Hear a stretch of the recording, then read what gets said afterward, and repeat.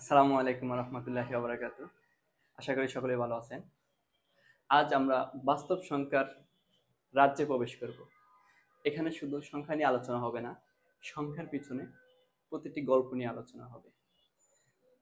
দেখো, যেমন আমার দাদা থেকে আমার বাবা, বাবা থেকে আমি, এখন আসার পরে এখন সবার আলাদা আলাদা একটা পরিচয় আছে না? তেমনি করে আমরা যখন বাস্তব সংখ্যার রাজ্যে প্রবেশ করব, তখন বাস্তব সংখ্যা থেকে আসছে কি মূলদ, অমূলদ, আবার মূলদ থেকে আসছে পূর্ণ, ভগ্নাংশ। এখন সবার আলাদা আলাদা পরিচয় আছে, আমরা ওগুলো নিয়ে আজকে আলোচনা করব। তো ধরো, তোমাকে বলা হলো, তো যখন তুমি সকালবেলা ঘুম থেকে ওঠো, ঘড়ির টাইম দেখো, এখানে সংখ্যা। আবার তুমি বাজারে যাও, তোমার বাসা থেকে তুমি বাজার গেছো, এখানে একটা দূরত্ব, এটা একটা সংখ্যা। আবার তুমি কেনাকাটা করছো, টাকা লেনদেন করছো, এখানেও সংখ্যার খেলা। ঠিক আছে? এখন ওখানে যে কেনাকাটা করার ক্ষেত্রে তুমি যদি কলা কিনো, হালি কিনছো, এখানেও সংখ্যা, 1 হালি 2 হালি। আবার যদি তুমি চাল কিনো, 4 কেজি 5 কেজি, এখানেও সংখ্যা। এখন তোমাকে বলা হলো সংখ্যা কি, তখন তোমরা এক একজন এক একভাবে এটা বলতে পারো যে 1 2 3 4 এগুলো সংখ্যা। আবার কেউ বলবো, যখন দ্রুত মাপছি, আচ্ছা 1.7 কিলোমিটার এটা সংখ্যা। আবার কেউ এটাও বলতে পারে যে √2 √3 পাই, এগুলো সংখ্যা। হ্যাঁ, এগুলো সবই তো সংখ্যা। এগুলা এগুলো সব হচ্ছে বাস্তব পরিবারের সদস্য, বাস্তব সংখ্যা ওই পরিবারের সদস্য। এখন দেখো, বাস্তব সংখ্যা থেকে আসছে কি মূলদ, অমূলদ, এগুলার পরিচয় নিয়ে পরে কথা বলবো। এখানে মূলদ থেকে আসছে আমার পূর্ণ সংখ্যা, পূর্ণ সংখ্যা, ভগ্নাংশ সংখ্যা।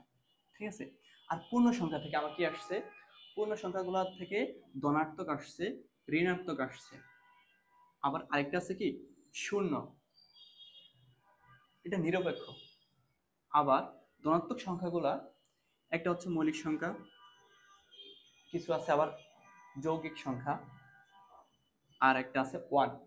ওয়ান মৌলিক না যৌগিক না, এটাকে ইউনিট নাম্বার বলা হয়। বুঝে গেছে? হ্যাঁ, এবার আসো ভগ্নাংশ। ভগ্নাংশকে আমরা দুই ভাগে ভাগ করতে পারি, সাধারণ ভগ্নাংশ আর একটা কি দশমিক ভগ্নাংশ। এখন সাধারণ ভগ্নাংশ যেটা, ওইটা আবার দুই প্রকার, প্রকৃত ভগ্নাংশ, অপ্রকৃত ভগ্নাংশ। অপ্রকৃত ভগ্নাংশের মধ্যে আরেকটা আছে কি মিশ্র ভগ্নাংশ। মিশ্র ভগ্নাংশ অপ্রকৃত ভগ্নাংশের একটা অংশ, বা এটাকে অপ্রকৃত ভগ্নাংশ প্রকাশ করা যায়। দশমিকের দিকে যদি আমরা তাকাই, দশমিক ভগ্নাংশ একটা আছে সসীম দশমিক ভগ্নাংশ, আরেকটা আছে কি অসীম আবৃত দশমিক ভগ্নাংশ। এবার আমরা ওদের পরিচয়গুলো জানবো। আসো, এখানে আছে বাস্তব সংখ্যা। বাস্তব সংখ্যা কোনগুলা? সকল ধনাত্মক অখণ্ড অথবা পূর্ণ সংখ্যাকে বাস্তব সংখ্যা বলে। কি? সকল ধনাত্মক, সকল ধনাত্মক অখণ্ড অথবা পূর্ণ সংখ্যাকে বাস্তব সংখ্যা বলে। এখন দেখো, এটার যদি আমি উদাহরণ দিতে যাই, 1 2 3 ডট ডট ডট, এগুলো হচ্ছে আমাকে বাস্তব সংখ্যা। এটার ভিতরে এটাকে অবশ্যই মনে রাখবা, এখানে নোট, শূন্য বাস্তব সংখ্যার অন্তর্ভুক্ত নয়। বুঝা গেছে? শূন্য বাস্তব সংখ্যার অন্তর্ভুক্ত নয়। এবার আসো মৌলিক সংখ্যা। মৌলিক সংখ্যা কোনগুলা? মৌলিক সংখ্যা হচ্ছে যে সংখ্যাকে একের চেয়ে বড়, যে সংখ্যাগুলো এক এবং ওই সংখ্যা ব্যতীত অন্য কোনো সাধারণ, সাধারণ না, অন্য কোনো গুণনীয়ক বা উৎপাদক থাকে না, তাকে মৌলিক সংখ্যা বলে। তুমি যদি অন্যভাবে সংজ্ঞায়িত করতে চাও, তাহলে যে সংখ্যার বা যে সংখ্যাগুলোর সাধারণ, সাধারণ না, গুণনীয়ক দুইটির বেশি নয়, তাকে কি বলে? মৌলিক সংখ্যা বলে। যে সংখ্যার গুণনীয়ক দুইটির বেশি নয়, তাকে মৌলিক সংখ্যা বলে। মৌলিক সংখ্যার যদি উদাহরণ আমরা দিতে যাই, তাহলে 2 3 4, 4 না, 5 7। এখন দেখো, 2, নোট করবা এটা, 2 একমাত্র জোড় মৌলিক সংখ্যা। কি? 2 একমাত্র জোড় মৌলিক সংখ্যা, আবার সবচেয়ে ছোট মৌলিক সংখ্যা। বুঝা গেছে? এবার আসো যৌগিক সংখ্যা। যৌগিক সংখ্যা কোনগুলা? যে সংখ্যা এক এবং ওই সংখ্যা ব্যতীত এদের কি আরো গুণনীয়ক আছে, এক এবং ওই সংখ্যা ব্যতীত আরো গুণনীয়ক আছে, তাকে বলে যৌগিক সংখ্যা। তুমি অন্যভাবে যদি সংজ্ঞায়িত করতে চাও, যে সংখ্যার গুণনীয়ক দুইটির বেশি তাকে বলে যৌগিক সংখ্যা। ঠিক আছে, যৌগিক সংখ্যাকে আমরা যদি উদাহরণ দিতে যাই, 4, 6, 8, 10, 9ও আছে এদিকে, 9, 10, এগুলো হচ্ছে আমার যৌগিক সংখ্যার উদাহরণ। ঠিক আছে। এখন দেখো কি বলছে, পূর্ণ সংখ্যা। পূর্ণ সংখ্যা কোনগুলা? পূর্ণ সংখ্যা হলো শূন্য সহ সকল ধনাত্মক ও ঋণাত্মক সংখ্যাকে পূর্ণ সংখ্যা বলে। কি? শূন্য সহ সকল ধনাত্মক ও ঋণাত্মক সংখ্যাকে পূর্ণ সংখ্যা বলে। যেমন আমি যদি সংজ্ঞায়িত করি, এক্সাম্পল দেই, তাহলে -2, -1, 0, 1, 2, 3, ... এগুলো হচ্ছে আমার কি? পূর্ণ সংখ্যা, পূর্ণ সংখ্যার উদাহরণ। এখন কি বলছে? ধনাত্মক পূর্ণ সংখ্যা। ধনাত্মক পূর্ণ সংখ্যা কোনগুলো? ধনাত্মক এই যে এদিকে, তাহলে আমি কি লিখতে পারি? 1, 2, 3, 4। শূন্যর চেয়ে বড় সকল, মানে শূন্যর চেয়ে বড় অখণ্ডায়িত সব সংখ্যা কি? পূর্ণ সংখ্যা, ধনাত্মক পূর্ণ সংখ্যা। তাহলে এগুলো হচ্ছে কি আমার ধনাত্মক পূর্ণ সংখ্যা। এর বলছে কি ঋণাত্মক পূর্ণ সংখ্যা। শূন্যর থেকে ছোট সকল পূর্ণ সংখ্যাই কি? ঋণাত্মক পূর্ণ সংখ্যা। শূন্য থেকে ছোট, যেমন আমরা লিখতে পারি -2, -1, এগুলো হচ্ছে আমার ঋণাত্মক পূর্ণ সংখ্যা। তারপর আছে কি অঋণাত্মক পূর্ণ সংখ্যা। অঋণাত্মক পূর্ণ সংখ্যা শূন্য সহ সকল ধনাত্মক সংখ্যাকে কি বলে? অঋণাত্মক পূর্ণ সংখ্যা। শূন্য সহ সকল ধনাত্মক সংখ্যাকে কি বলে? 0, 1, 2, 3, এগুলো হচ্ছে কি অঋণাত্মক পূর্ণ সংখ্যা। এবার আসুন কি সহমৌলিক। সহমৌলিক কাকে বলে?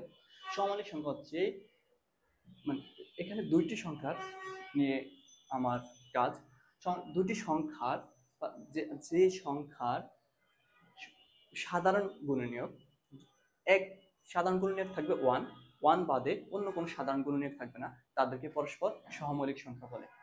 যেমন আমি যদি লিখি 2, 3, এদের সাধারণ গুণনীয়ক কত? এটার 1, 2, এটার আছে 1, 3। ঠিক আছে, কারণ সাধারণটা হচ্ছে 1। সাধারণ কি আছে এদের মধ্যে? 1। সাধারণ একটা গুণনীয়ক আছে, ওইটা হচ্ছে 1। যেমন আমি যদি বলি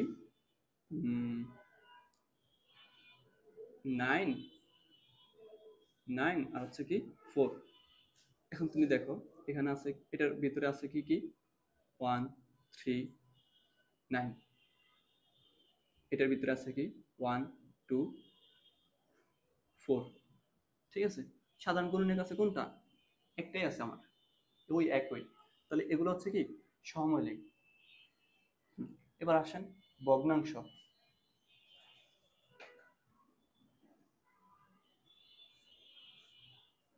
ভগ্নাংশ সংখ্যা কোনগুলা? পি কিউ আকারে প্রকাশ করা যায়। কি? যে সংখ্যাকে, মানে পি কিউ থাকবে কি পরস্পর, পি কিউ হচ্ছে পরস্পর সহমৌলিক। আগে তো সহমৌলিক করছি, এখন ভগ্নাংশের ভিতরে P Q, P by Q হচ্ছে কি পি বাই কিউ সহমৌলিক। আবার Q not is equal to 0, আবার Q not is equal to 1। যখন এই শর্ত তিনটা ফিল আপ করবে তখনই আমরা কি বলবো? এটা ভগ্নাংশ। এখন দেখো এই শর্তগুলো আমাকে কেন দিছে? যদি এই শর্তগুলো না থাকে তখন কি হয়, না মানলে কি হয়? এখন দেখো আমাকে যদি বলা হয় 9/3, ঠিক আছে, এখন দেখো সহমৌলিক যদি না হয়, তাহলে আমি যদি এটাকে 3 দিয়ে ভাগ করি, তাহলে আমি কি পাই? এখানে থাকে 3, এখানে 1, তাহলে আমি শেষ কি পাই? 3, পূর্ণ সংখ্যা পাইলাম। এখন এইটা সহমৌলিক না হলে আমি এটা পাইতাম? সহমৌলিক হলে তো এটা পাইতাম না। এখন এটা পাওয়ার কারণে তো এখন আমার এটা ভগ্নাংশ হইল না। ঠিক আছে, এই সত্যটা না মানলে আমার এটা ভগ্নাংশ হবে না। এখন আসেন 0, কিউ 0 হতে পারবে না। আমাকে যদি বলা হয় এখানে 9, এটা তো মানে ম্যাথই হবে না, ম্যাথ এরর দেখাবে আপনি যদি ক্যালকুলেটরকে জিজ্ঞেস করেন। ঠিক আছে, শূন্য দিয়ে কোনো কিছুকে ভাগ করা যায় না। এখন আসেন কি বলছে, আমার কিউর মানটা 1 হতে পারবে না। আবার যদি আমরা বলি 10/1, এখন দেখেন এটাকে তো 1 দিয়ে যদি আমরা ভাগ করি আমরা কি পাই, 10ই পাই, পূর্ণ সংখ্যা পাই, ভগ্নাংশ হলো না। তখন আমার ভগ্নাংশ হতে হলে পি বাই কিউ, তখন আমার কি হবে, পি কমা কিউ কি, পি কমা কিউ পরস্পর সহমৌলিক। আবার হতে হবে Q not is equal to 0, Q not is equal to কি 1। তখনই আমার যখন এগুলো এই শর্ত ফিল আপ করবে তখন পি বাই কিউকে কি বলে, ভগ্নাংশ সংখ্যা বলবে। এবার আসি আমরা মূলদ। মূলদ সংখ্যা কাকে বলে? মূলদ সংখ্যা হচ্ছে পি ও কিউ পূর্ণ সংখ্যা। কি? পি ও কিউ পূর্ণ সংখ্যা, পূর্ণ সংখ্যা, পি ও কিউ পূর্ণ সংখ্যা। আবার Q not is equal to কি 0, এই শর্ত ফিল আপ করলে আমার এটাকে মূলদ সংখ্যা বলে। এখন দেখেন এটা পূর্ণ সংখ্যা হতে হবে, ভগ্নাংশ হওয়া যাবে না। দেখেন এখন আমি যদি দেই 4/2 পূর্ণ সংখ্যা দিলাম, তাহলে আমি কি পেলাম, 2 পেলাম, এটাকেও মূলদ বলে। আমি দিলাম 3/1, কি পেলাম, 3 পেলাম, এটাকেও মূলদ বলে।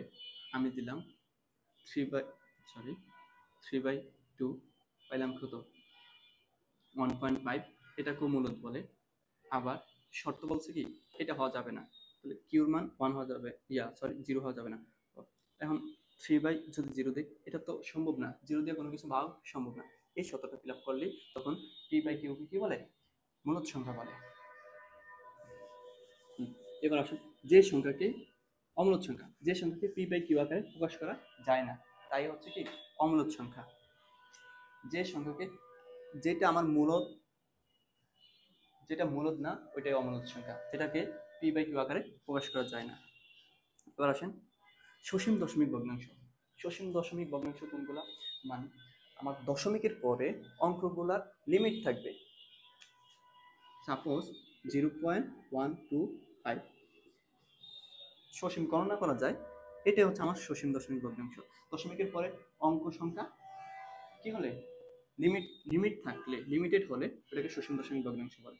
এখন দেখো 1.5, এটা হিসাব করতে পারি, গণনা মানে আমার আয়ত্তের মধ্যে আছে, এটাকে সসীম দশমিক ভগ্নাংশ বলে। অসীম দশমিক ভগ্নাংশ দশমিকের পরে যে অঙ্কগুলো থাকবে ওগুলো কি অসীম পর্যন্ত থাকবে, এরকম থাকবে, এটাকে কি বলে, অসীম দশমিক ভগ্নাংশ। ঠিক আছে, দশমিক বিন্দুর পর যদি অঙ্ক সংখ্যা অসীম থাকে তাকে অসীম দশমিক ভগ্নাংশ বলে। এবার আসেন বাস্তব সংখ্যা।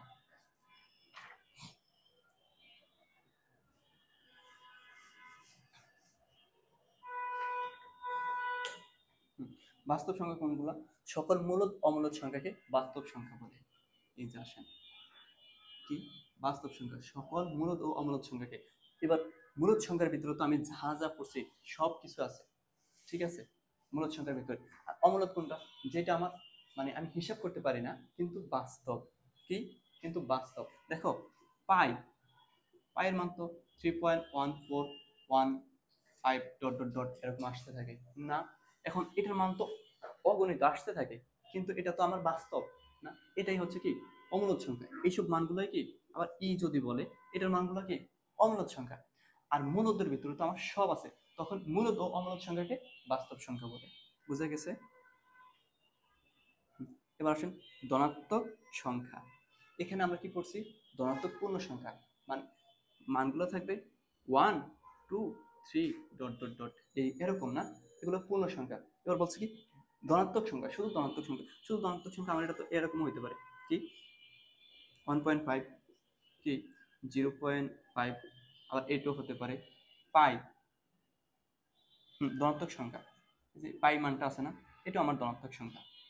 ঠিক আছে, ভগ্নাংশ আমি আবার, আমাকে যদি এটা বলে 5/3, এটা আমার ধনাত্মক সংখ্যা।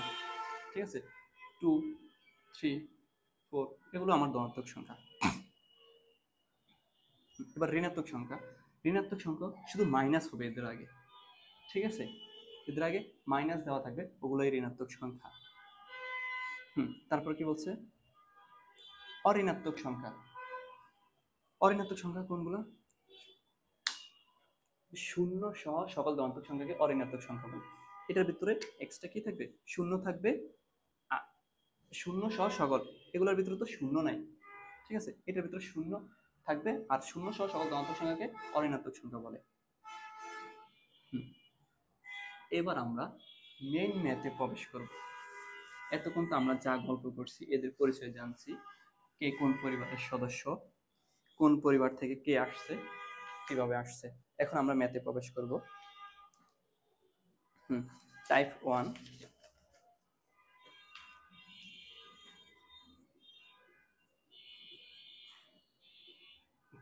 টাইপ 1 আমাকে যদি ক বলা হয়, এটাকে কোন দশমিক ভগ্নাংশে প্রকাশ করো। কি বলছে, এই একটা মান দিয়ে আমাকে বলছে দশমিক ভগ্নাংশে প্রকাশ করো। এখন দেখো, আমাকে ভাগ কত 6, এখানে আছে কত 1, এটা 1কে তো 6 দিয়ে ভাগ করা যায় না। তখন আমি কি করব, এখানে একটা শূন্য নেব, এখানে দশমিক দিয়ে, শূন্য দশমিক দিয়ে আমি এখানে একটা শূন্য লিখতে পারি। ঠিক আছে, এখন যদি আমি এটাতে ভাগ করি, ভাগ করতে পারবো। এখন এটার ভিতরে 6 10 এর ভিতরে কয়বার যায়? একবার। তখন আমি এখানে 1 দিব, আর এই 1 দিয়া এই 6 এর গুণ করব, গুণ করার পরে ভাগ করব। যোগ বিয়োগ গুণ ভাগ তো এটা সবাই পারে, আর ভাগের ভিতরে কি, গুণের ভিতরে কি, এগুলো তো আপনারা জেনেই আসছেন। তারপর আমি মাঝে মাঝে বলবো। এখন ভাগের ভিতরে বিয়োগ, আমরা এখান থেকে বিয়োগ করব, আমরা কত পাইলাম 4। এখন এটার ভিতরে দেওয়ার জন্য 4 যায় না, আমরা শূন্য নেব, শূন্য নেওয়ার পরে এটার ভিতরে কয়বার যায়? 6 বার। তাহলে আমরা 6 দিতে পারি, তাহলে 6 6 36 থাকে 4। আবার যদি নেই তাহলে সেম ভাবে 36, আবার থাকে 4, আবার যদি নেই 36, আবার থাকে 4। তার মানে কি, আমার এটা 6 আসতেই থাকবে নাকি, বারবার 6 আসতে থাকে। এইটাই হচ্ছে আমার অ্যান্সার। কি বলছে, দশমিক ভগ্নাংশ প্রকাশ করো। দশমিক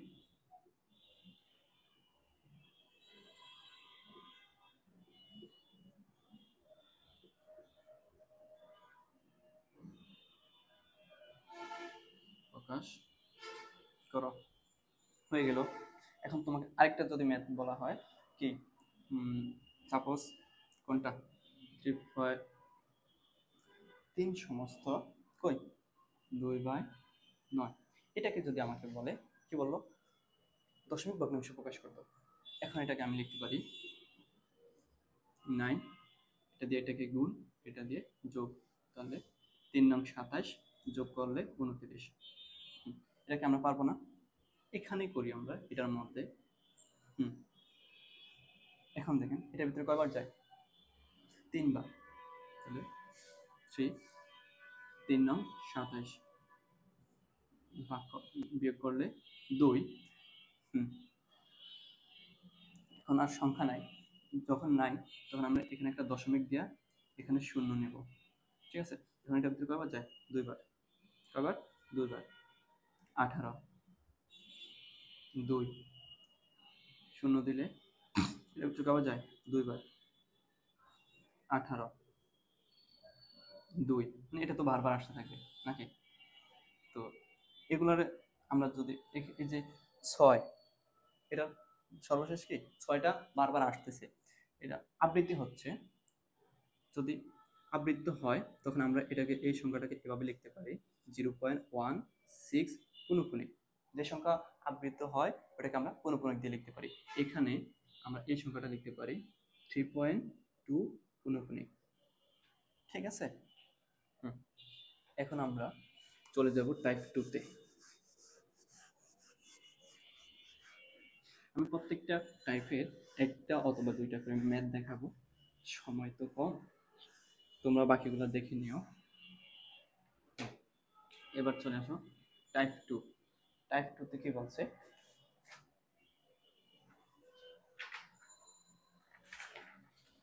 সাধারণ ভগ্নাংশ প্রকাশ করো।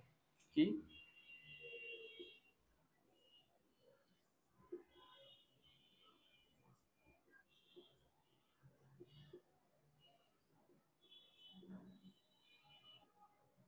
সাধারণ ভগ্নাংশ প্রকাশ করো। এখন আমাকে মান দিয়ে দিল 0.2 পুনঃপুনি, এটাকে সাধারণ ভগ্নাংশ প্রকাশ করতে হবে। এখন দেখো এই সংখ্যাগুলোকে সাধারণ ভগ্নাংশ প্রকাশ করার জন্য সাপোজ আমাকে যদি এটা দিয়ে দিত 1.3, 1.3 রে আমার এই যে দশমিকের জন্য কি একটা ওয়ান, দশমিকের জন্য একটা ওয়ান, আর দশমিকের পরে যতটা অঙ্ক আছে ততটা শূন্য, কি যতটা অঙ্ক আছে ততটা শূন্য, তাহলে এই তখন মানে আমি যদি এটা সমান কি লিখতে পারি, উপরে লিখবো যা আছে তা লিখবো, ঠিক আছে, নিচে দশমিকের জন্য ওয়ান, আর দশমিকের পরে যত সংখ্যা আছে তত কি শূন্য। এটা আমার সাধারণ ভগ্নাংশে প্রকাশ হয়ে গেল। হ্যাঁ, তখন এবার আসেন এটার ক্ষেত্রে সাধারণ ভগ্নাংশ প্রকাশ হয়ে গেল। এখন যদি আমাকে এটা বলে পৌনঃপুনিক আছে, দশমিক আছে, এখন এগুলাকে যখন পৌনঃপুনিক আকারে মানে আবৃত সংখ্যাগুলো থাকে তখন আমাকে সাধারণ ভগ্নাংশ প্রকাশ করার জন্য আমাকে প্রথমে সাধারণ ভগ্নাংশ উপরে থাকে কি লব, নিচে থাকে হর, তখন আমি লিখতে পারি সাধারণ ভগ্নাংশ ইজ ইকুয়াল টু, লিখতে পারি এখানে থাকে কি লব, এখানে থাকে হর, এরকমই তো।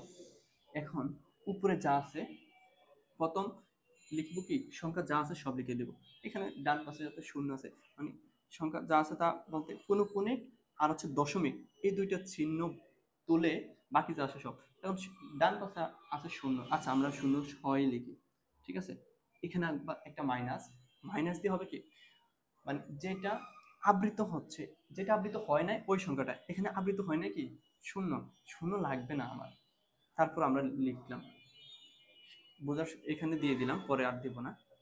হ্যাঁ, নিচে দিব কি আবৃত যতগুলা অঙ্ক আবৃত হচ্ছে ততগুলা নাইন, এখন আবৃত হচ্ছে কয়টা একটা, তাহলে একটা নাইন, আর আবৃত হয় নাই মানে অনাবৃত অতটা শূন্য, দশমিকের পরে, দশমিকের পরে আমার অঙ্কে আছে একটা আর ওইটাই আবৃত, তাহলে আমার শূন্যের প্রয়োজন নেই। এখন দেখো আমার এখানে আছে দুই, দুই থেকে যদি শূন্য যায় তাহলে দুই, আর নিচে আছে নাই, এটি আমার সাধারণ ভগ্নাংশ প্রকাশ হয়ে গেছে, বোঝা গেছে। আমরা এটা একটু এলোমেলো মনে হচ্ছে, আমরা আরেকটা যদি দেখি, একটু বড় টাইপের একটা ম্যাথ দেখতে হবে, এখানে আছে না, আচ্ছা দেখি আমি একটা দেই 1.23455 1.23445, ঠিক আছে। এখন আমরা এখানে পৌনঃপুনিকটা দিয়ে দিলাম, ঠিক আছে, এই দুইটার উপরে পৌনঃপুনিক। এখন এটাকে যদি আমরা সাধারণ ভগ্নাংশ প্রকাশ করতে যাই তখন সাধারণ ভগ্নাংশ ইজ ইকুয়াল টু, আমরা দেখি প্রথমে আমরা কি লিখবো, দশমিক আর পৌনঃপুনিক বাদে এই দুইটা চিহ্ন বাদে, দশমিক আর পৌনঃপুনিক চিহ্ন বাদে যা আছে সব তুলে দিব, তাহলে 1 2 3 4 4 5, ঠিক আছে, তারপরে কি দিব একটা মাইনাস চিহ্ন দেব, বুঝা গেছে। মাইনাস চিহ্ন দেওয়ার পরে পৌনঃপুনিক বাদে যা আছে তো সব দেব। এখন পৌনঃপুনিক আছে আমার এই তিনটার উপরে আর নাই এই তিনটার উপরে, এখন আমরা দিব 1 2 3, প্রথমে হচ্ছে কি পৌনঃপুনিক আর দশমিক তুলে দিয়ে যা থাকে তা লিখে দিব, তারপরে মাইনাস চিহ্ন দেব, মাইনাস চিহ্ন দিয়ে যেটা অনাবৃত মানে যেটা দশমিকের সরি পুরো সংখ্যাতে যেটা অনাবৃত আছে ওই সংখ্যাটা লিখবো, ঠিক আছে। হ্যাঁ, এবার হরের জায়গায় কি হবে, হরের জায়গায় হবে যতগুলো সংখ্যা কি হয়েছে, যতগুলো সংখ্যা আবৃত হয়েছে ততটা কি নাই, এখন আবৃত হয়েছে কয়টা তিনটা, কয়টা তিনটা, তাহলে আমি তিনটা নাইন দেব। আর দশমিকের পরে অনাবৃত অঙ্ক যা আছে যতটা অঙ্ক আছে ততটা শূন্য, এখন দেখেন দশমিকের পরে আমার দুইটা অঙ্ক আছে অনাবৃত, ততটা শূন্য। হ্যাঁ, এখন বিয়োগ করার পরে যা হয় তাই আমার অ্যান্সার, সাধারণ ভগ্নাংশে প্রকাশ হয়ে গেছে। তারপরে আপনি ক্যালকুলেটরকে জিজ্ঞেস করবেন, যেটা অ্যান্সার দেয় ওইটাই। বুঝে গেছে? আশা করি বুঝতে পারছেন। এখন আমরা চলে যাব টাইপ 3-তে।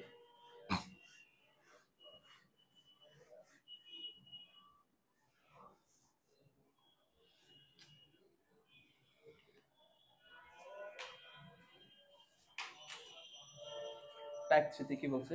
স্বদেশ আবৃত দশমিক ভগ্নাংশে প্রকাশ করো। স্বদেশ আবৃত দশমিক ভগ্নাংশে প্রকাশ করো। স্বদেশ স্বদেশ আবৃত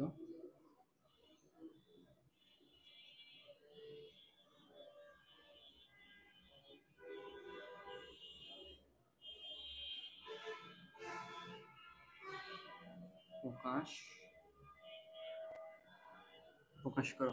ঠিক আছে?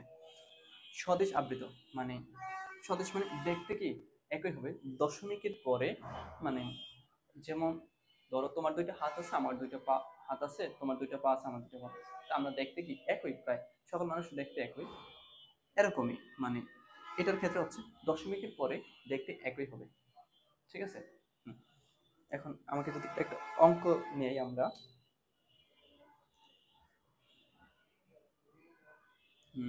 এখানে আমি একটা নেই 5.6 পুনঃপুনি, তারপরে কমা দিয়ে আরেকটা নিলাম 7.345 পুনঃপুনি, ও কি নিব 10.78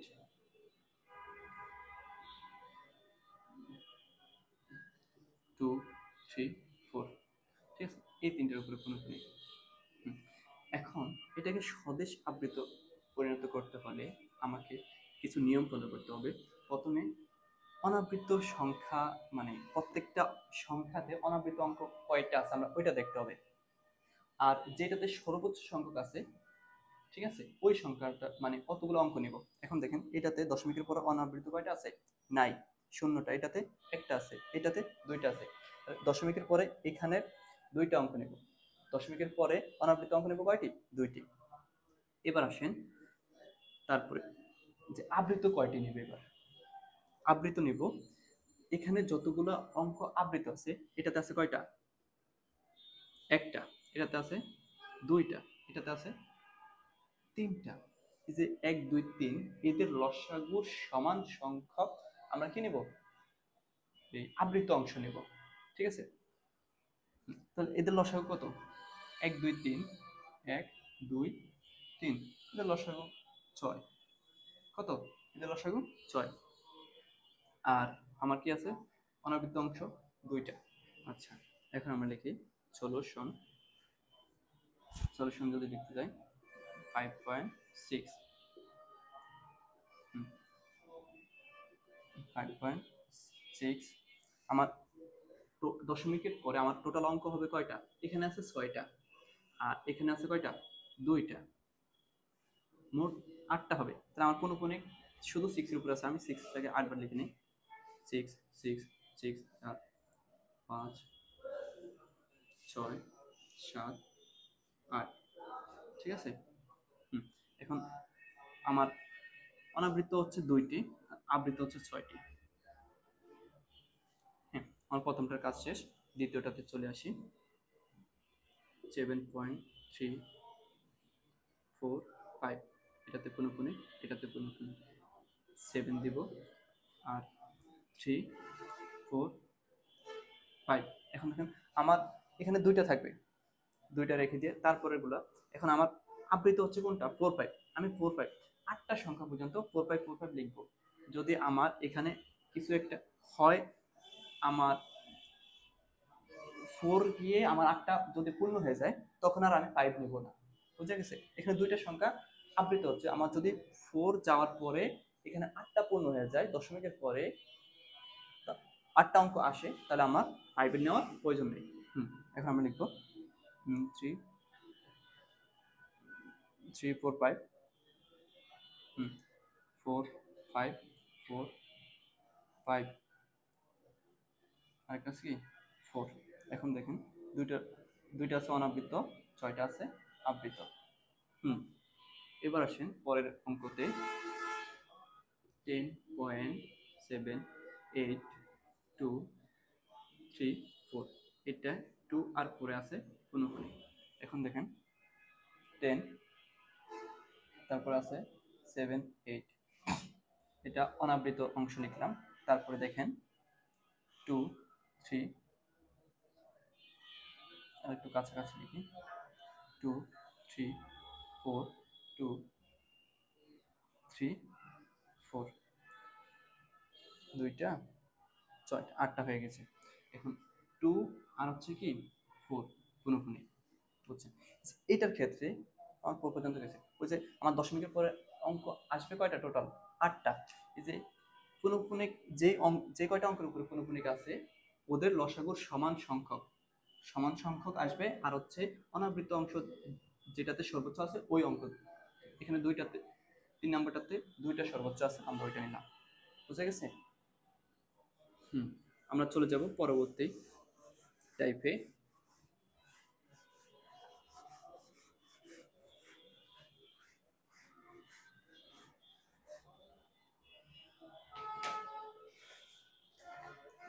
কালো মার্কার ইউজ করি, সরি 4। দেখি 4 নাম্বার কি বলছে। যোগ করো, কি বলছে? যোগ করো।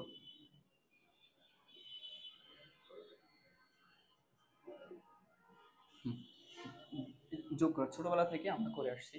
এখন আমরা দেখব কিভাবে আবৃত দশমিকের যোগ করে। তাহলে যোগ করার জন্য আমাকে সর্বপ্রথম কি করতে হবে? স্বদেশ আবৃততে রূপান্তর করতে হবে। এখন আমাকে যে অঙ্কটা দিল আমরা দেখে নিই। অঙ্কটা 3.89 পুনঃপুনি। তারপরে আছে 2.178, এখানে পুনঃপুনি। তারপরে আছে 5.89798 পুনঃপুনি। ঠিক আছে, এটা আছে আমার প্রশ্ন। এখন এদেরকে আমি কি করতে হবে? আবৃত, প্রথমে স্বদেশ আবৃত ভগ্নাংশে পরিণত করব, তারপরে আমি যোগ করব। এখান থেকে আমি শুরু করি।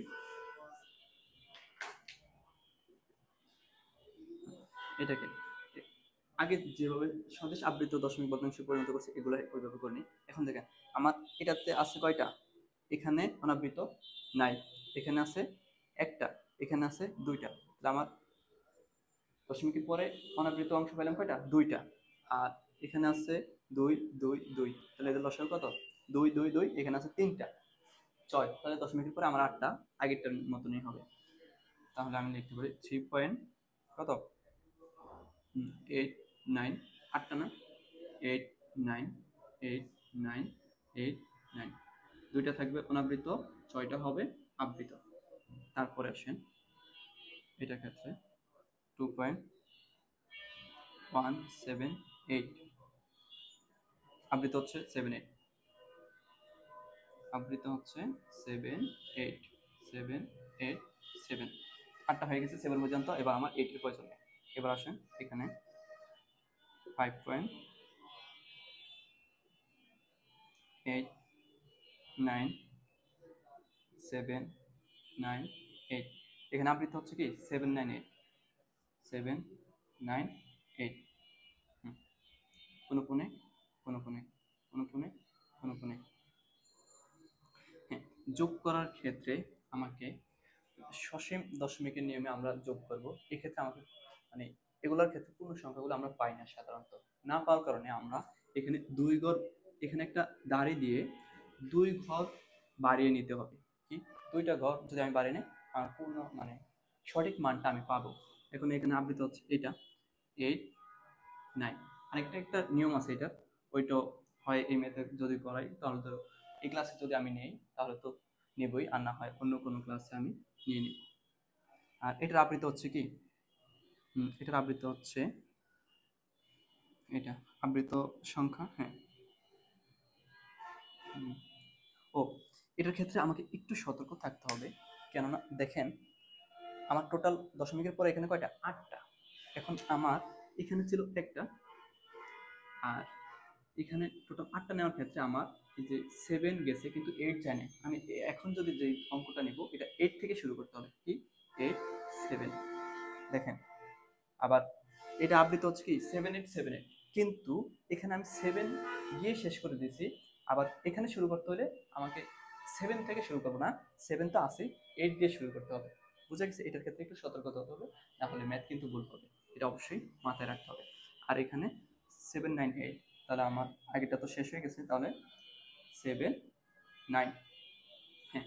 এবার যোগ করে দেন, এখানে যোগ করলে 9, 7 হচ্ছে কত 16, 16 আর 9 25, 25-এর 5, হাতে আছে 2, 10 18, 18 আর হচ্ছে 7 25, 5 হাতে আছে কত 2, এই 2 পাওয়ার জন্য আমরা এটা করছি আমরা, বুঝছেন?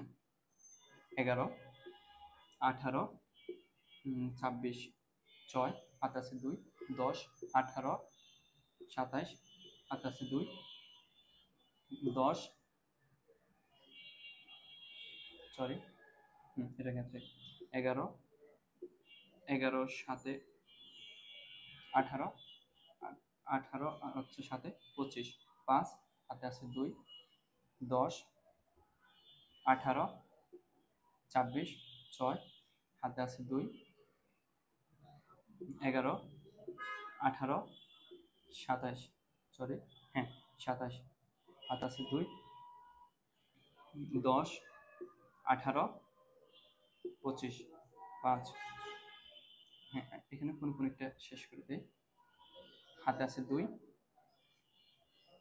11 18 18 9 27 7, হাতে আছে 2 10 11 19 19 9, হাতে আছে 1 4 5 6 6 5 11, এটাই আমার অ্যান্সার।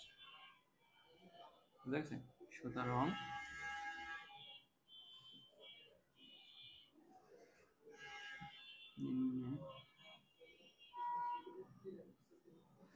নির্ণয় উত্তর কত 11.9 7 5 7 6 5 7 6 পুনঃপুনি পুনঃপুনি, এটাই আমার অ্যান্সার।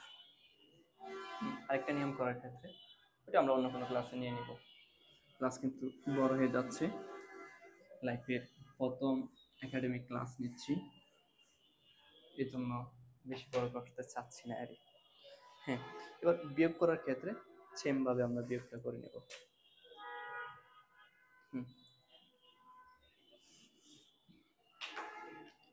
টাইপ 5 বিয়োগ করো,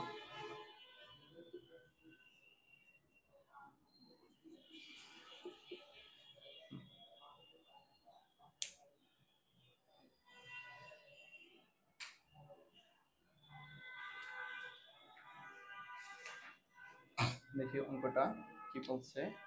দেওয়া আছে আমার 8.243, 4 আর 3 এর উপরে পুনঃপুনি, ঠিক আছে। পর অঙ্কটা কি আছে 5.24 673, এটার উপরে পুনঃপুনি। এখন দেখো আগে স্বদেশ আবৃত দশমিকে রূপান্তর করতে হবে, ঠিক আছে। আমরা এখান থেকে সলিউশন শুরু করে দিই, ঠিক আছে। এটাই এখান থেকে সলিউশন শুরু করে দিই, আবার লিখতে গেলে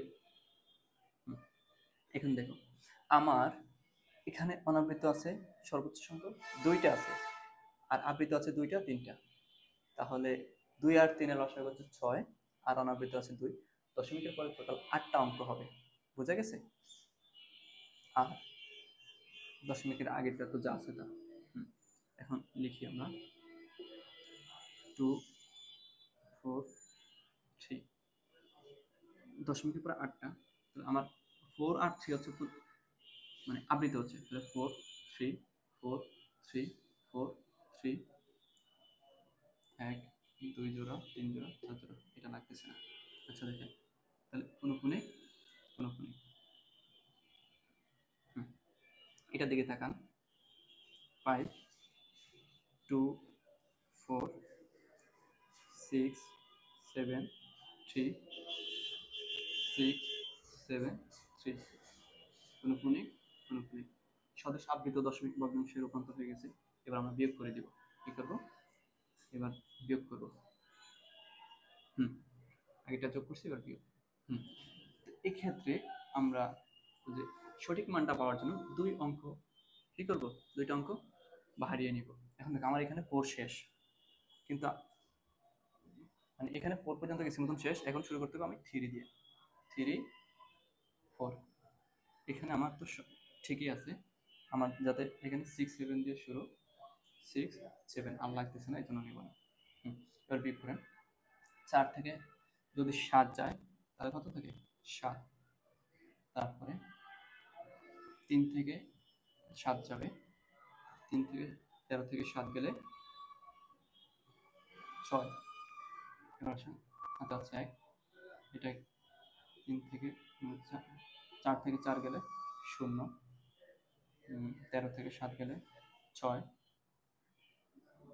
14 থেকে 7 গেলে 7, তারপর 3, 13 থেকে 4 গেলে 9, 14 থেকে 8 গেলে 6, 13 থেকে 7 গেলে 6, তারপর হচ্ছে 14 থেকে 5 গেলে 9,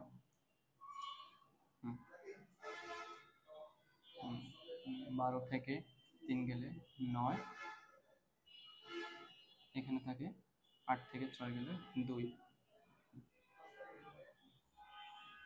তখন আমার সুতরাং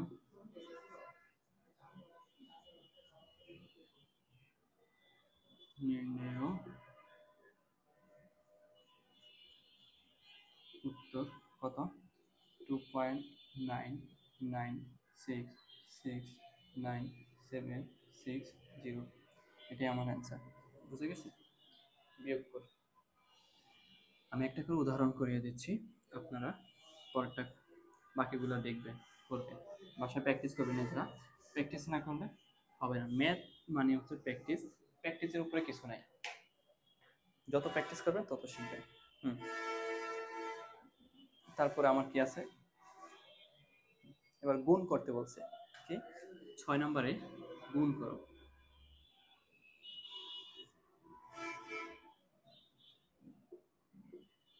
এবার আমরা গুণ করব।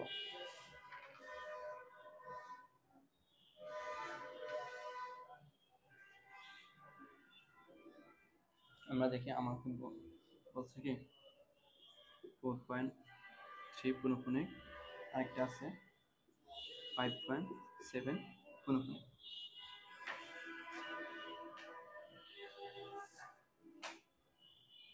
এখন দেখেন, এটাকে আমাকে আগে সাধারণ ভগ্নাংশে রূপান্তর করতে হবে। আমরা তো জানি কিভাবে সাধারণ ভগ্নাংশ পরিণত করতে হয়। কি জানি? পুনঃপুনিক যদি থাকে উপরে লিখতে হবে কি দশমিক আর পুনঃপুনিক তুলে দিয়ে যা আছে তা। ঠিক আছে? এবার মাইনাস দিয়ে মানে আবৃত অংশ বাদে অনাবৃত অংশতে যা আছে তা। অনাবৃত কত আছে? এখানে আছে 4, লিখলাম 4। তারপরে নিচে লিখবো কি? নিচে লিখবো যতটা পুনঃপুনিক, যত অঙ্কের উপরে পুনঃপুনিক আছে ততটা 9, একটার উপরে পুনঃপুনিক আছে তাহলে 9 একটা। আর দশমিকের পরে অনাবৃত অঙ্ক যতটা ততটা 0, দশমিকের পরে অনাবৃত অঙ্ক এখানে 0, তাহলে আমরা নাই, তাহলে আমরা 0 লেখার প্রয়োজন নেই। তাহলে এখানে আমরা পাই এটা গেলে 3 9, আর এখানে পাই 9। এটা আমার সাধারণ ভগ্নাংশ একটা হয়ে গেল। পরেরটাতে দেখি, যা আছে তা লিখে দিব দশমিক আর পুনঃপুনিক বাদে, মাইনাস দিয়ে কি লিখবো অনাবৃত অংশ। অনাবৃত এখানে আছে 5, আর এখানে পুনঃপুনিক যতটা অঙ্কের উপরে আছে ততটা 9, একটার উপরে আছে একটা 9। পুনঃপুনিক বাদে অনাবৃত অংশ দশমিকের পরে নাই, তাহলে আমার 0 এর প্রয়োজন নাই। এখান থেকে আমি পাই কি 5 to 9। এখন এটাকে আমার কি, হ্যাঁ গুণ করতে বলছে। এখন দেখো গুণ করবো কার সাথে, 399 গুণ কি 5 to 9। আবার গুণ করে দিলে যা হয় তা হচ্ছে, গুণ করে দিবেন আপনারা।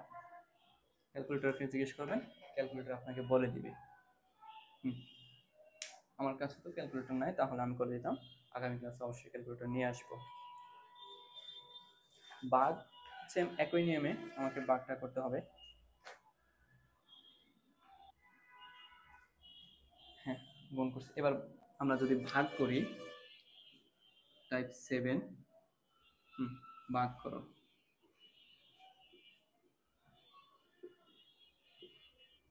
একই নিয়ম প্রায়। ভাগ করার ক্ষেত্রে আমাকে অঙ্কগুলা কেমন, 7.32 কোনখানে, আরেকটা আছে 0.27 কি কোনখানে।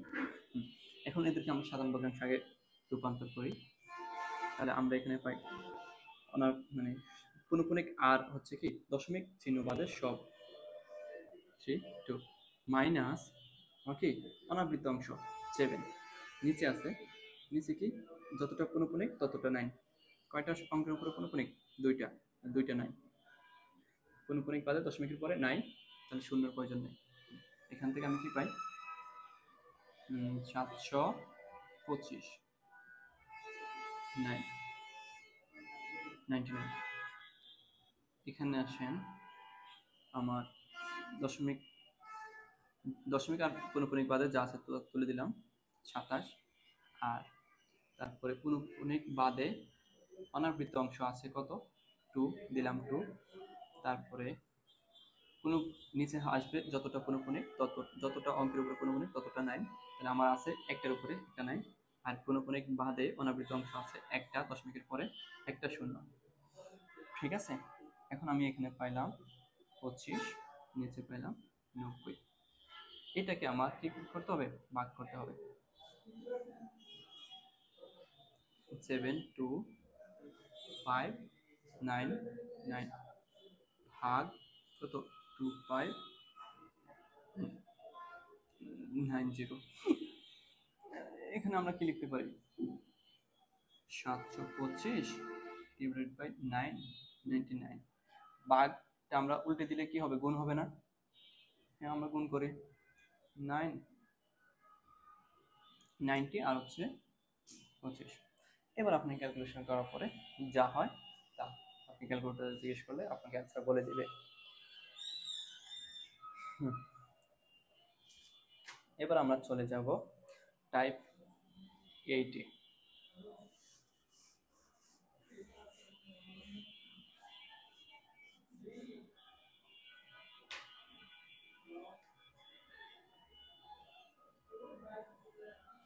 টাইপ 8-এ কি বলছে, 4 দশমিক স্থান পর্যন্ত বর্গমূল এবং 3 দশমিক স্থান পর্যন্ত আসন্ন মান বের করো। কি 4 দশমিক,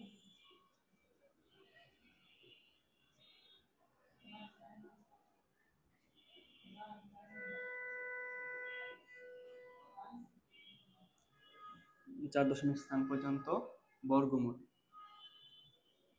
বর্গমূল ও 3 দশমিক স্থান পর্যন্ত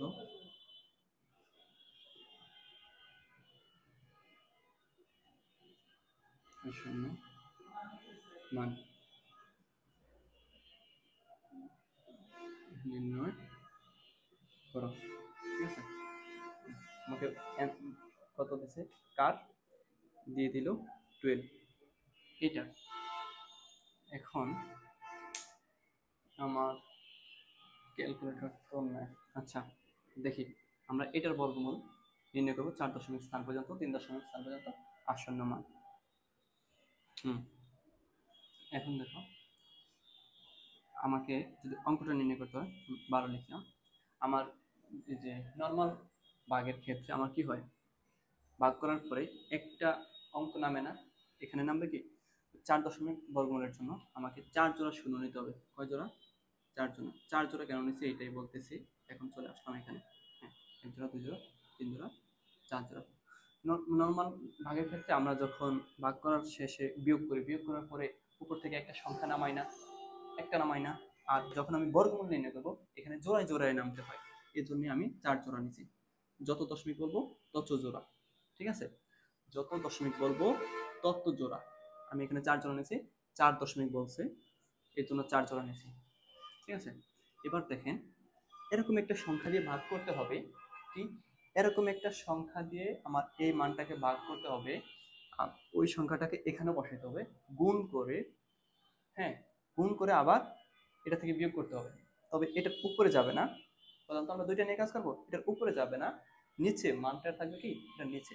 এখন আমরা দেখি, এখানে সাপোজ ধরে নিলাম 1, 1 দিয়ে 1 এর গুণ করলে 1, যদি 2 নেই, 2 দিয়ে 2 তে গুণ করলে 4, যদি 3 নেই, 3 9, যদি 4 নেই, 4 গুণ করলে 60।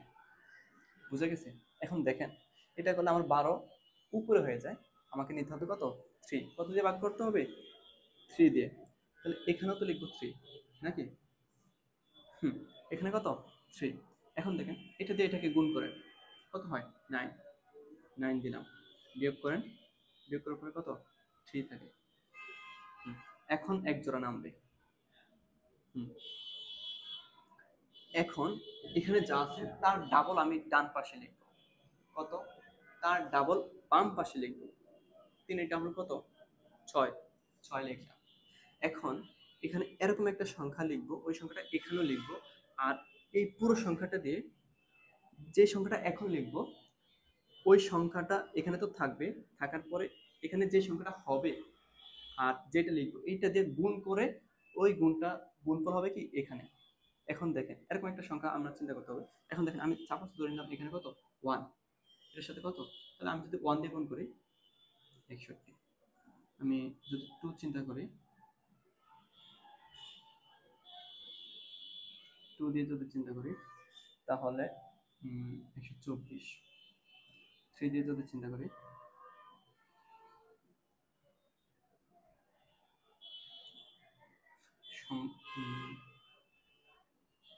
6,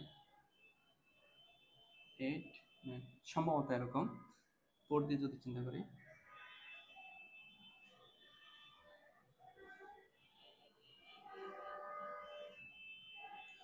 নীরব, ক্যালকুলেটর দে তো, ক্যালকুলেটর, ক্যালকুলেটর।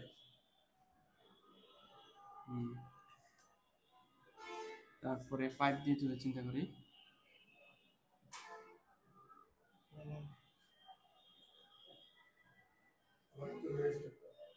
না না না, চলো দেখি, 64 গুণ 4, 256। কত? 256। আর 5 দিয়ে গুণ করলে, গুণ 5, 325। কত? 325। দেখেন, 325, আমার 300 উপরে চলে গেছে, তাহলে আমার এখানে কত বসবে? 4। কত বসবে? 4। তাহলে আমি এখানে কত দেব? 4। ওই 4টা এখানেও দেব। আর এই 4 দিয়েই, এখানে তো এটার ভিতরে যায় না, যেই 3-এর ভিতরে যায় না, উপরের সংখ্যা নামাইছে, সংখ্যা নামানোর জন্য আমাকে কি দিতে হবে? এখানে দশমিক আমি আগে দিতে ভুলে গেছি, সরি। হ্যাঁ, এখন 4 দিয়ে আমি এটাকে কি করব? গুণ করব। গুণ করার পর আমি কত পাই? 256। 256 বিয়োগ করো, বিয়োগ করার পর থাকে কত? 44। পরে দুটো শূন্য নামাও। তারপরে কত দিয়ে যাবে? এখন এইভাবে করতে আমার অনেক সময় লাগবে, আমি আপনাদেরকে শেষে একটা ট্রিক্স বলে দেব, বলে দিলে আপনারা নিজেরা করতে পারবেন। আমি এটি একটু এখানে লিখে রাখি, 3.4641। পরের সংখ্যাটা কত দিয়ে যাবে? পরের সংখ্যাটা যাবে 6 দিয়ে। হ্যাঁ, এখন এই যে এখানে 34, 34 ডাবল কত? 68। কত? 68। হ্যাঁ, পরে এটার ভিতরে কোন অঙ্কটা যাবে? এটা যাবে 6। হ্যাঁ, কিভাবে 6 যাবে আমি আপনাদেরকে বলবো। পরের অঙ্কটা যাবে 6 দিয়ে। এখন দেখেন এটাকে আমরা 6 দিয়ে গুণ করি, 6 8 6 ইন্টু 6, 41 16, 41 16 বিয়োগ করেন, বিয়োগ 284, 284। তারপরে আরো এক জোড়া শূন্য থাকে, ওইটার নামে নেই। এখন এটা ডাবল কত?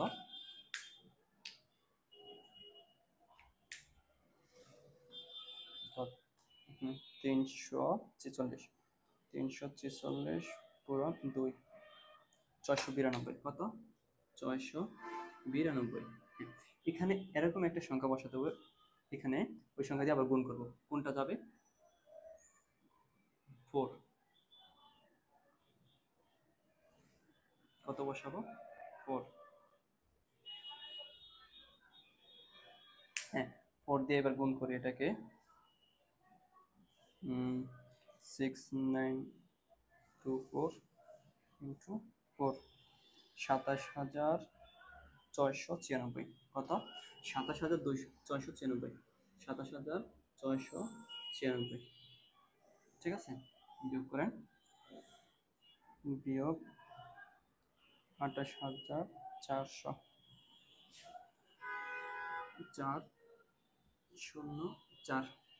পরের দুইটা অঙ্ক শূন্য আমরা নামাই নেই, এখানে করি আমি একটু। এখন এখানে তো 4, এটা ডাবল কত? আমার এখানে আছে কত? আমি এগুলো একটু মুছে নেই। আমার এখানে আছে 70400। ঠিক আছে, হ্যাঁ। এখানে এটা ডাবল কত? আমার এখানে আছে 3464, ডাবল হচ্ছে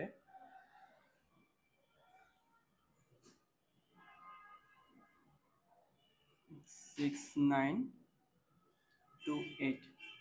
পরেরটা যাবে 1 দিয়ে, 1টা এখানে দিলাম, এখানে দিলাম, গুণ করলে তো এটাই হবে, 69281। বিয়োগ করেন,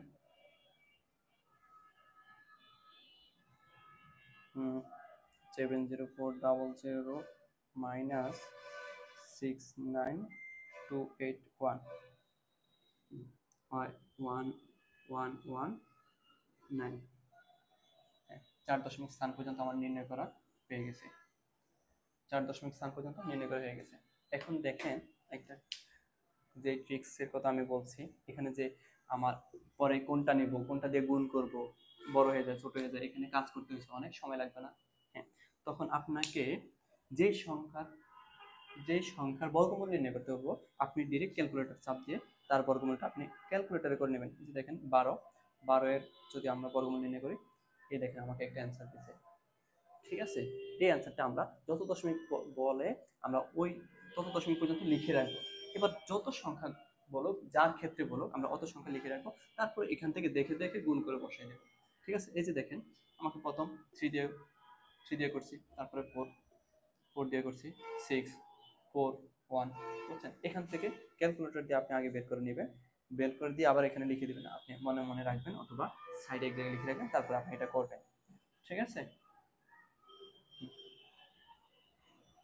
তারপরে আমরা চলে যাব পরের ম্যাথে, টাইপ 9-এ।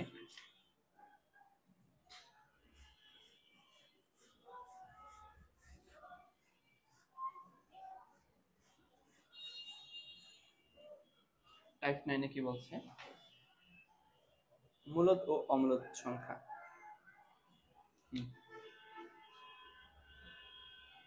টাইপ 9,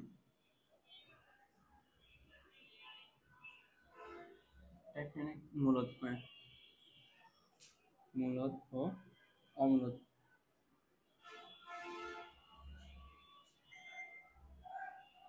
সংখ্যা নির্ণয়, মূলত অমূলদ সংখ্যা নির্ণয়। এখন দেখো আমাকে প্রশ্ন বলে দিছে কি, √2 একটি অমূলদ সংখ্যা। আমরা কি বলছি? √2 একটি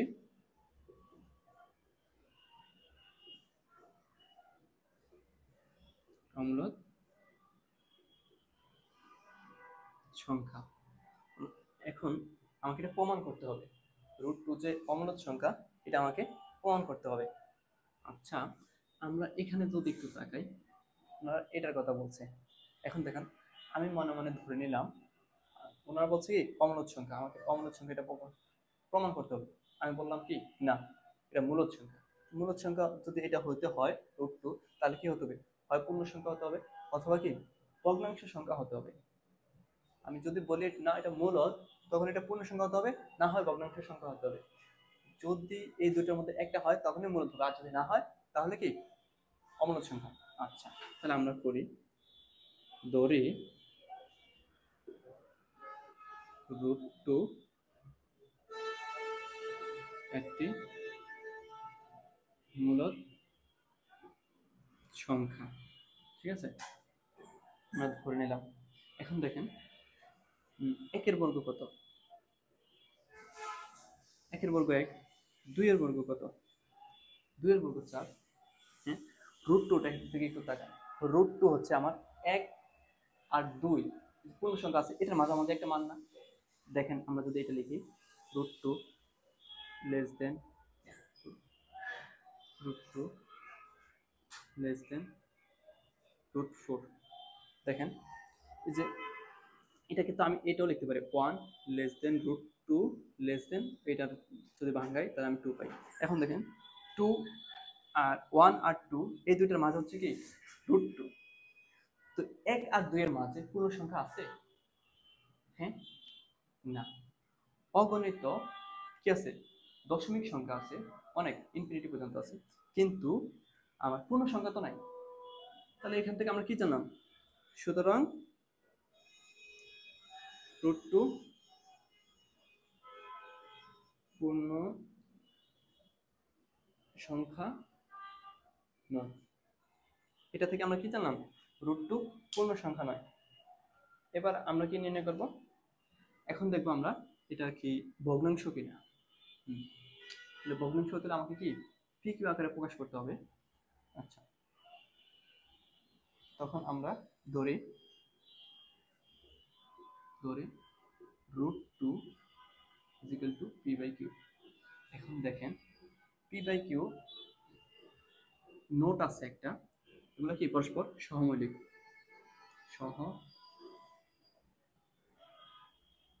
সহমৌলিক সংখ্যা, আবার স্বাভাবিক সংখ্যা,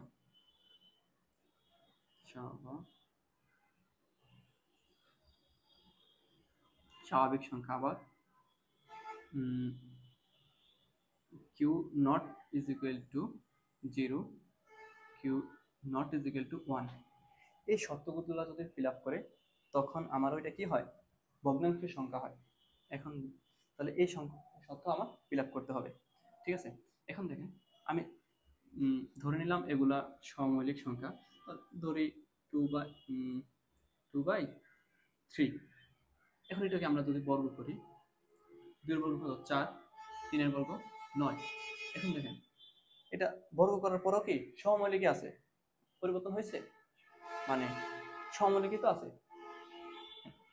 আচ্ছা, আমরা যদি এখানে উভয় পাশে বর্গ করি, এখানে বর্গ করি p² q², ঠিক আছে, তখন এটা চলে যায়, তখন আমার এখানে থাকে কি 2p² q², এটাই তো। এখন আমি উভয় পাশে কি কিউ দ্বারা ভাগ করে দিই, কিউ দ্বারা যদি ভাগ করি, কিউ দ্বারা গুণ করব, কিউ দ্বারা যদি গুণ করি তাহলে এখানে কিউ আর এখানে p², এখানে যদি কিউ দ্বারা গুণ করি একটা কিউ চলে যায় না নিচ থেকে, তাহলে একটা কিউ থাকে নাকি। এখন দেখেন এখানে আছে কি, এটা আছে সহমৌলিক, এটা আছে কি সহমৌলিক আছে, আর q not is equal to কি 0, Q not is equal to 1। এখন দেখেন তাহলে আমার এটা আছে কি, আর কিউ কি স্বাভাবিক সংখ্যা, আগেরটা ছিল কি 2, 2ও তো স্বাভাবিক সংখ্যা, পূর্ণ সংখ্যা। স্বাভাবিক পূর্ণ সংখ্যা দিয়ে যদি আমি আরেকটা স্বাভাবিক সংখ্যা পূর্ণ সংখ্যাকে গুণ করি তাহলে এটা কি থাকবে, স্বাভাবিক পূর্ণ সংখ্যাই তো হবে নাকি। আর এটা আমার আছে কি এটা তো আছে ভগ্নাংশ নাকি? এখন ভগ্নাংশ আর এটা হচ্ছে কি স্বাভাবিক, দুইটা এক হয়েছে? হ্যাঁ, না, একটা হচ্ছে ভগ্নাংশ, একটা হচ্ছে sorry, এটা হচ্ছে কি স্বাভাবিক পূর্ণ সংখ্যা। এখন একটা আছে ভগ্নাংশ, একটা আছে স্বাভাবিক পূর্ণ সংখ্যা, তখন এই দুটো তো এক না। এখান থেকে আমরা বলতে পারি, কি বলতে পারি, সুতরাং রুট টু, রুট টুকে কি পি বাই কিউ আকারে লেখা যায় না। রুট টুকে পি বাই কিউ আকারে প্রকাশ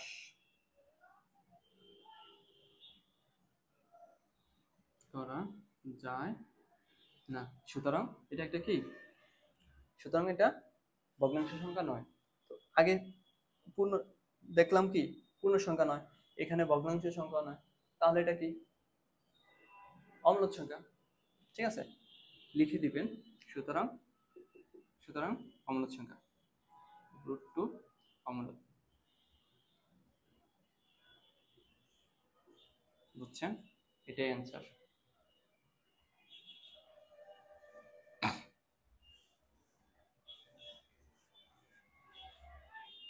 আমরা যদি পরবর্তী ম্যাথে দেখি, চলে যাবো আমরা পরবর্তী ম্যাথে, কি আছে ওখানে।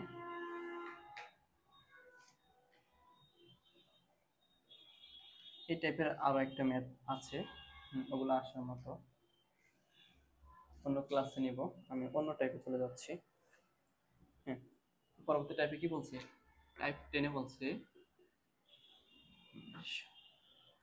চারটি ক্রমিক স্বাভাবিক সংখ্যার গুণফলের সাথে এক যোগ করলে কি হয়?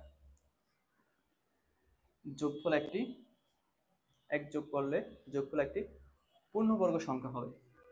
আমরা দেখি 1 2 3 4, এক যোগ করলে একটি পূর্ণবর্গ সংখ্যা হবে। এখন আমরা 3 দুগুণে 6, তারপরে 4 6 24, যোগ 1 25, 25 5 স্কয়ার, এটা কি একটা পূর্ণবর্গ সংখ্যা হচ্ছে না? এটাই বলছে আমাকে। এটাই প্রমাণ করতে হবে এখন। আচ্ছা, ধরি, ধরি ক্রমিক সংখ্যাগুলো, ধরি ক্রমিক সংখ্যাগুলো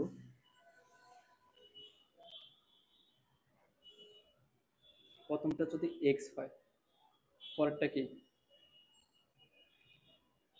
এক্স প্লাস ওয়ান, পরটা হচ্ছে এক্স প্লাস টু, পরটা হচ্ছে এক্স প্লাস থ্রি, নাকি? এগুলোর গুণফলের সাথে এক কি করবো, যোগ করবো। আচ্ছা, আমি গুণ করি, এক্স প্লাস ওয়ান গুণ এক্স প্লাস টু গুণ এক্স প্লাস থ্রি যোগ ওয়ান। এখন আমার গুণ করার সুবিধার্থে আমি সবচেয়ে ছোটটা দিয়ে বড়টাকে গুণ করি, তাহলে এই পাশে নিয়ে আসি আগে, পরে গুণটা করি। 3, এখানে দেয় কি x plus one into x plus two plus one. এখন এটাকে গুণ করি, এক্স স্কোয়ার, এটা দিয়ে গুণ করলে 3x, তারপরেরটা এটা দিয়ে এটাকে গুণ করলে এক্স স্কোয়ার, তারপরে 2x আর হচ্ছে 1x বাই 3x, আর এখানে 1 আর 2 গুণ করলে 2, এখানে থাকে 1। আচ্ছা, আমরা এক্স স্কোয়ার প্লাস 3x এটাকে আমরা এ বি একটা ধরে নেই, x square plus 3x math করার সুবিধার্থে আমরা এটাকে এ ধরে নিলাম। ঠিক আছে, এই পুরোটাকে এ ধরে নিলাম, ধরি। ঠিক আছে, তাহলে আমরা কি লিখতে পারি, এখানে এ, এখানে হচ্ছে a plus two plus into plus কত ওয়ান, এটাতে এটাকে গুণ করি,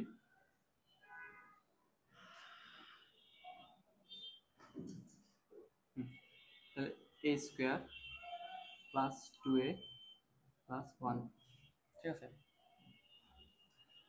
তখন আমি এটাকে কি লিখতে পারি, a square plus 2ab plus b square, ওই সূত্র পড়ে না, কি লিখতে পারি, a plus b whole square, পূর্ণবর্গ সংখ্যা হয়েছে না, প্রমাণিত, প্রমাণিত। ধন্যবাদ সবাইকে, দেখা হবে অন্য কোনো ভিডিওতে। ততক্ষণে সবাই সুস্থ থাকুন, ভালো থাকুন।